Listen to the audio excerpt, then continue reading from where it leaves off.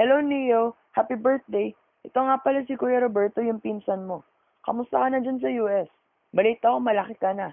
Dahil birthday mo, reregalohan kita ng isang ginawa kong alamat para sa'yo dahil hindi ko naman kita papaldahan ng pera. Joke lang yun. Ito ang alamat ng dahon na gawa-gawa ko lang ha, hindi to totoo.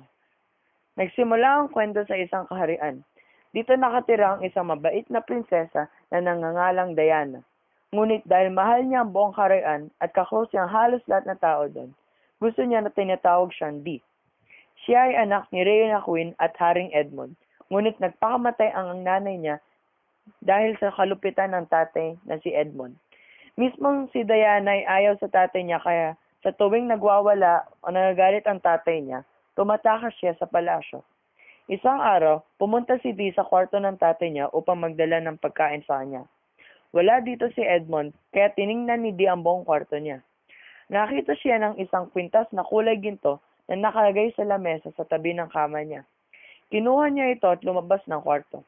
Pinagtataka ni Dee kung ano ang kwintas na ito at kung bakit nasa kwarto ng tatay niya.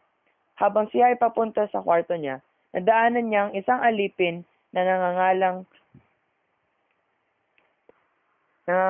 Crescencia na nakakita ng kwintas at nagulat na kay Diana. Sinabi ng alipin na magagalit si Haring Edmund kung hindi niya ito ibabalik. Nagtaka si Dee kung bakit magagalit ang tatay niya.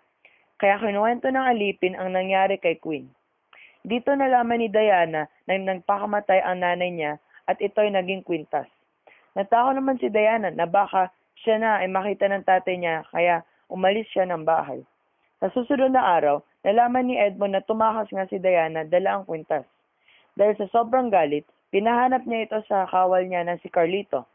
Natagpuan ni Carlito si Diana malapit sa isang ilog na umiiyak.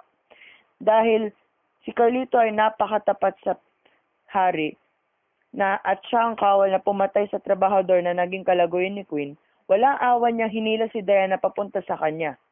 Nagulat si Diana at pinilit na tumakas, ngunit bigla siyang nadapat, nahulog sa ilog at nabitaw pa ang kwintas.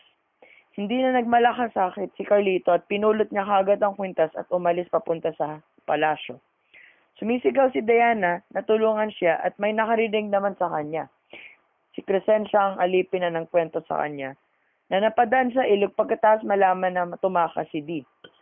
Binaba ng alipin ang isang sangay ng puno na malapit kay Diana upang makaahon siya. Ngunit biglang lumakas ang agos ng ilog at bumitaw si Diana dito. Nagulat ang alipin na nangyari at kaagad-agad sinundan si Diana. Sa dulo ng ilog, nakita ng alipin si Diana na malayo na sa kanya, ngunit may malapit na puno sa kanya.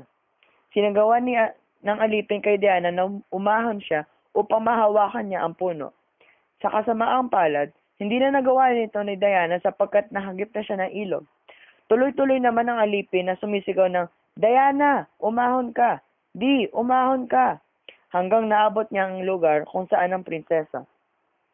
Nawala ang prinsesa at nakita na lang ang alipin ang isang maliit na berde ng bagay na galing sa puno na sinasandala ng prinsesa. Umiyak ang alipin sapagkat namatayan na sila ng reyna, sumunod pa ang prinsesa. Bilang pagtata sa prinsesa, tinawag ng alipin itong dahon sapagkat sinabihan niya ang prinsesa ng ilang beses na, "Di, ahon," at doon nagtatapos ang alamat. Maganda ba? Sorry kung medyo corny ha. At sorry kung hindi ako magaling gumawa ng alamat pero ginawa ko naman ang best ko kaya sana napasaya kita kahit onti. So, yun lang. Happy birthday at enjoy mo araw mo. Bye.